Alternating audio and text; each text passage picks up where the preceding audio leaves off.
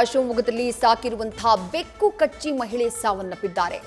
ಸಾಕು ಬೆಕ್ಕು ಕಚ್ಚಿದ್ದಕ್ಕೆ ರೇಬಿಸ್ ಬಂದು ಮಹಿಳೆ ಸಾವನ್ನಪ್ಪಿದ್ದಾರೆ. 2 ತಿಂಗಳ ಹಿಂದೆ ಗಂಗೀಬಾಯಿಗೆ ಸಾಕು ಬೆಕ್ಕು ಕಚ್ಚಿಬಿಟ್ಟಿತ್ತು. ಶಿವಮೊಗ್ಗ ಜಿಲ್ಲೆಯ ತರಲಘಟ್ಟದಲ್ಲಾಗಿರುವಂತಹ ಘಟನೆ ಇದು.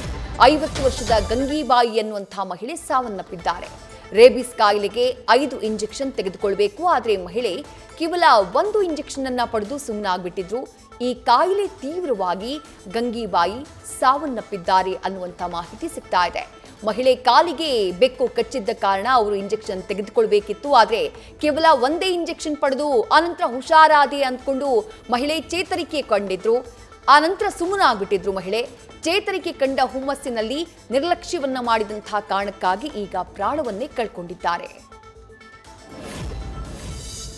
ಹಿಂದೆ 2 ತಿಂಗಳ ಹಿಂದೆ ಬೆಕ್ಕು ನಮ್ಮ ಮನೆ ಬೆಕ್ಕೆ ಅದು ನಮಗೆ ಒಂದು ಸ್ವಲ್ಪ ಕಾಲಿಂದ ಸ್ವಲ್ಪ ತುಳಿದ್ರೇನೋ ಕಚ್ಚಿತ್ತದು. ಅದು ನೋಡಿದ್ರೆ ಸಾವನ್ನಪ್ಪಿದ್ದಾರೆ. ಎಷ್ಟು ವರ್ಷದಿಂದ ಸಾಕ್ತಿದ್ರೆ ಆ ಬೆಕ್ಕನ್ನು? ಅದು ರೀಸೆಂಟಾಗಿ ಸರ್ ಒಂದು 3 ತಿಂಗಳಾಗಿತ್ತು. ಸಾಕ್ತಾ 3 ತಿಂಗಳಾಗಿತ್ತು. ಏನಾಯ್ತು? ತಕ್ಷಣ ಏನು ಮಾಡಿದ್ರಿ? ಹಾಸ್ಪಿಟ್ಲಿಗೆ ಕರ್ಕೊಂಡೋಗಿದ್ವಿ ಸರ್. ಜಾಸ್ತಿ ಕಚ್ಚಿತ್ತೇನು?